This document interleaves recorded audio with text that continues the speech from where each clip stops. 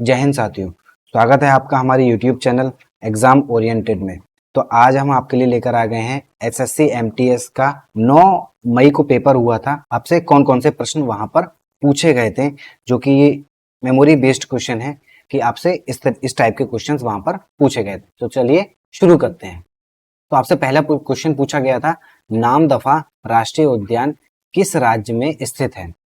तो वह किस राज्य में स्थित है? अरुणाचल प्रदेश में स्थित। अगला प्रश्न आपसे पूछा गया था कि किस जनजाति की महिलाएं चक्री नामक पारंपरिक लोक नृत्य करती हैं? तो आपके सामने 4 ऑप्शन हैं, कौल, कंजर, गोंड या भरिया। तो इसका सही आंसर हो जाएगा कंजर।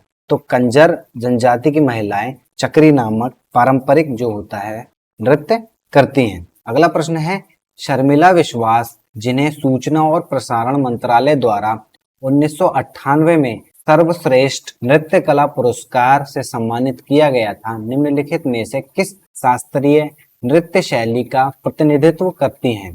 तो आपके सामने 4 ऑप्शन है, मणिपुर, उड़ीसी, कथकली व कथक। तो इसका सही आंसर हो जाएगा उड़ीसी। अगले प्रश्न की ओर चलते हैं। अगला प्रश्न आपसे पूछा गया था, रमन किस राज्य का धार्मिक त्योहार है? तो रमन कहाँ का त्योहार है? तो आपके सामने 4 ऑप्शन है, उत्तराखंड, उत्तर प्रदेश, बिहार व झारखंड। तो इसका सही आंसर हो जाएगा उत्तराखंड। ऐसे ही अगर आपसे नेक्स्ट आने वाली शिफ्टों में पूछ लिया जाता है कि उत्तर प्रदेश के धार्मिक त्योहार या वहाँ कौन से त्योहार मनाए जाते हैं, तो यहाँ पर बुद्ध पूर्णिमा, ठीक है, ऐसे ही यहाँ पर गंगा दशहरा और यहाँ पर मकर संक्रांति मनाई जाती है। इसी प्रकार ताज महोत्सव भी मनाया जाता है, ताज महोत्सव। ऐसे ही अगर हम देखते हैं बिहार, अगर बिहार की यहाँ पर बात करते हैं तो बिहार में सबसे प्रसिद्ध है छठ पूजा। ऐसे ही यहाँ पर भी मकर संक्रांति मनाई जाती है, बौद्ध जयंती, और यहाँ पर एक बहुत ही प्रसिद्ध महोत्सव है जिसका नाम है राजगीर महोत्सव। ठीक है, अगर हम झारखंड की बात करते हैं तो झारखंड में सबसे फेमस सरहुल, कर्मा। ये आपकी आने वाली शिफ्टों के लिए एक्सपेक्टेड क्वेश्चंस रहेंगे, जो भी मैं आपको ऑप्शंस के माध्यम से कराने वाला हूं। तो इन पर आप अच्छे से रिवाइज करें ताकि आने वाली शिफ्टों में आपके लिए हेल्पफुल हो सके। चलिए अगला प्रश्न देखते हैं कि अगला प्रश्न आपसे पूछा गया था कि बाईचुंग भूटिया किस खेल के भारतीय दिग्गज हैं? तो आपके सामने 4 ऑप्शन दे रखे हैं, तीरंदाजी, हॉकी, शूटिंग व फुटबॉल। तो इसका सही आंसर हो जाएगा फुटबॉल। अगला प्रश्न है, डेविड कप निम्नलिखित में से किस खेल से संबंधित है? तो आपके सामने 4 ऑप्शन है, बैडमिंटन, फुटबॉल, हॉकी, टेनिस। तो इसका सही आंसर हो जाएगा टेनिस। अगर आपसे पूछ लिया जाता है नेक्स्ट शिफ्टों में तो बैडमिंटन का कौन सा हो जाएगा? बैडमिंटन का एक कप है थॉमस कप। ऐसे ही अगर आपसे पूछ लिया जाए कि हॉकी का, तो हॉकी का एक हो जाएगा बीटन कप। ठीक है, और इसका तो डोरेंट कप है ही। चलिए अगले प्रश्न की ओर आते हैं। अगला प्रश्न है कि भारत की जनगणना 2011 के अनुसार भारत में पुरुष और महिला साक्षरता दर के बीच में कितना अंतर है? तो कितने प्रतिशत का अंतर है? तो 16.68 का। अगले प्रश्न की ओर चलते हैं। अगला प्रश्न है, यंग बंगाल संस्था की स्थापना किसने की थी? आपके सामने 4 ऑप्शन है, राजा राम मोहन राय, हेनरी बिबियन डिरोजियो, राधाकांत देव या देवेंद्रनाथ ठाकुर। तो इसका आंसर हो जाएगा हेनरी बिबियन। चलिए अगले प्रश्न की ओर चलते हैं।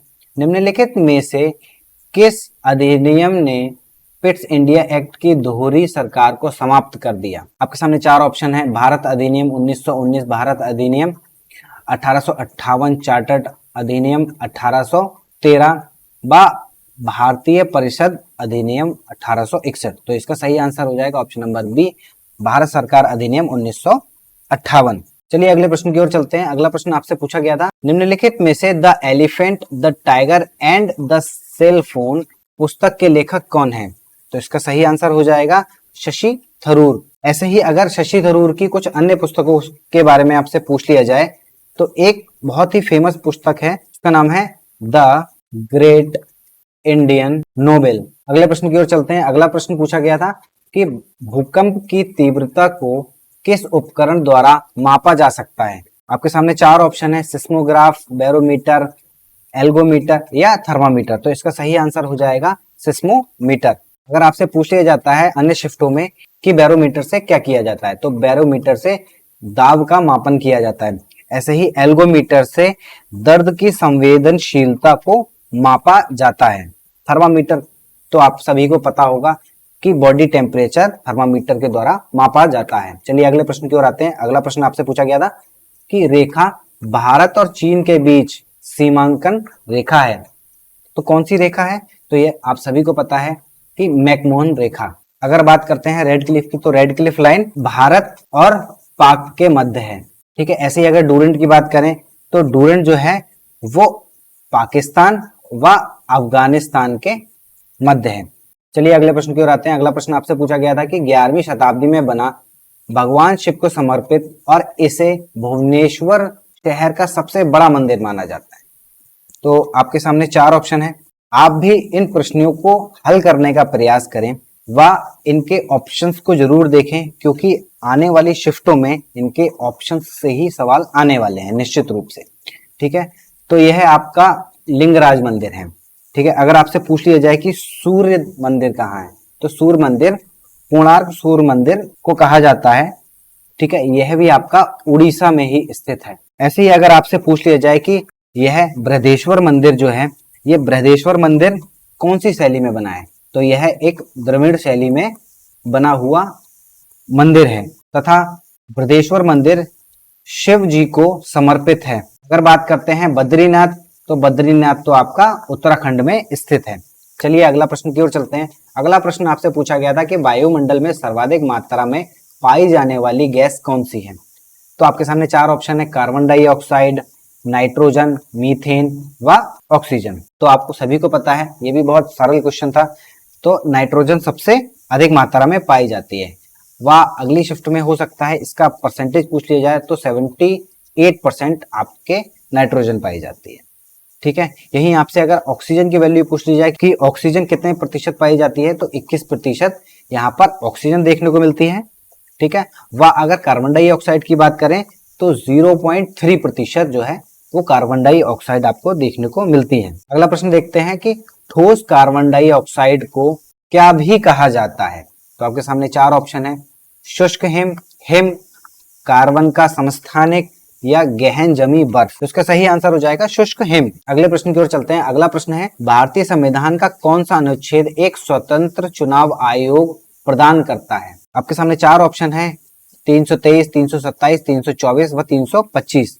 तो यहाँ पर आपका 324 आंसर ठीक हो जाएगा। अगले प्रश्न की ओर चलते हैं। अगला प्रश्न आपसे पूछा गया था कि लोकसभा में पद धारण करने की न्यूनतम आयु क्या है, तो यह भी क्वेश्चन बहुत ही इजी आया था। तो इसका सही आंसर सभी को पता है कि 25 वर्ष इसका सही आंसर हो जाए। अगर आपसे यहाँ पर राज्यसभा की आयु पूछ ली जाती है, तो यहाँ पर राज्यसभा की न्यूनतम आयु होगी वह 30 वर्ष होगी। चलिए अगले प्रश्न की ओर चलते हैं। अगला प्रश्न आपसे पूछा गया था कौन सा कोशिका अंग द्रव्य को संवेष्टित करने का प्रमुख कार्य करता है, तो आपके सामने 4 ऑप्शन है। अंतः द्रव्य जलिका, गाल्जिकाय, लाइसोसोम या रसधानी। तो इसका सही आंसर हो जाएगा गोल्जी कॉय। अगले प्रश्न पे आते हैं।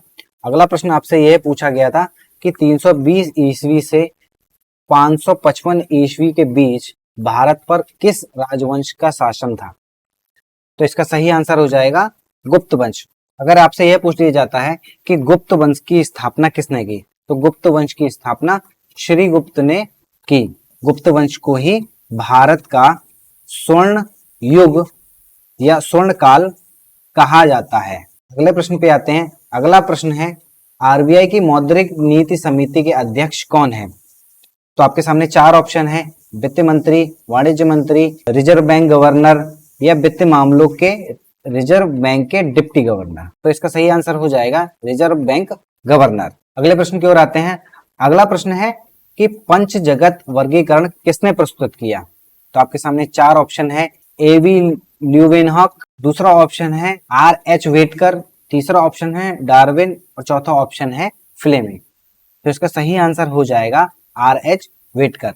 अगले प्रश्न की ओर आते हैं। अगला प्रश्न है निम्नलिखित में से किस राज्य में अंत्योदय अन्न योजना सबसे पहले शुरू की गई थी, तो इसका सही आंसर हो जाएगा राजस्थान। राजस्थान में यह योजना सबसे पहले शुरू की गई। अगर आपसे यह पूछ लिया जाए कि अंत्योदय अन्न योजना कौन सी पंचवर्षीय योजना के तहत स्टार्ट की गई, तो यह नवी पंचवर्षीय योजना के तहत स्टार्ट की गई थी। अगले प्रश्न की ओर आते हैं। अगला प्रश्न है, संतोष ट्रॉफी 2023 का फाइनल किस टीम ने जीता? आपके सामने चार ऑप्शन है, कर्नाटक, मेघालय, पश्चिम बंगाल या मणिपुर। तो इसका सही आंसर हो जाएगा कर्नाटक। वह अगर आपसे यह पूछ लिया जाता है कि संतोष ट्रॉफी 2023 का फाइनल कर्नाटक ने किसको हराकर जीता, तो कर्नाटक ने मेघालय को हराकर यह फाइनल में जीता। अगले प्रश्न की ओर चलते हैं। अगला प्रश्न है कि दिल्ली सल्तनत के संबंध में निम्नलिखित में से कौन सा सही कालक्रम है? पहला ऑप्शन है गुलाम, उसके बाद खिलजी, लोधी, तुगलक। गुलाम, तुगलक, लोधी, खिलजी।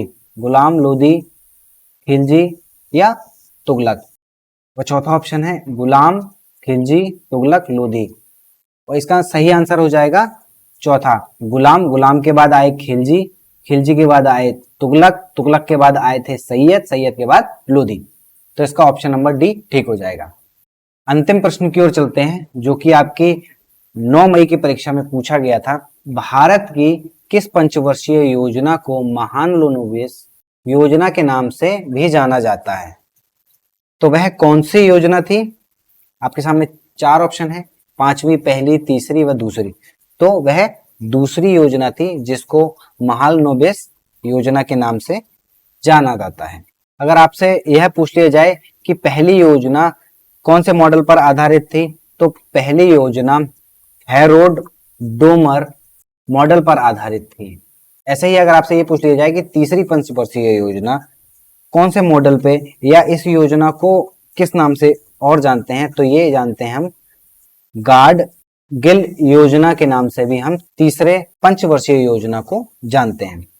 तो यह थे आपके 9 मई के पूछे हुए जीएस के सभी क्वेश्चन। आप इस प्रकार से अपनी तैयारी को रखिए। हम डेली अपने चैनल पर प्रैक्टिस सेट भी डाल रहे हैं, डेली पेपर का एनालाइज भी करा रहे हैं, व उनसे रिलेटेड जो एक्सपेक्टेड क्वेश्चन पूछे जा सकते हैं उनको भी डिस्कस कर रहे हैं।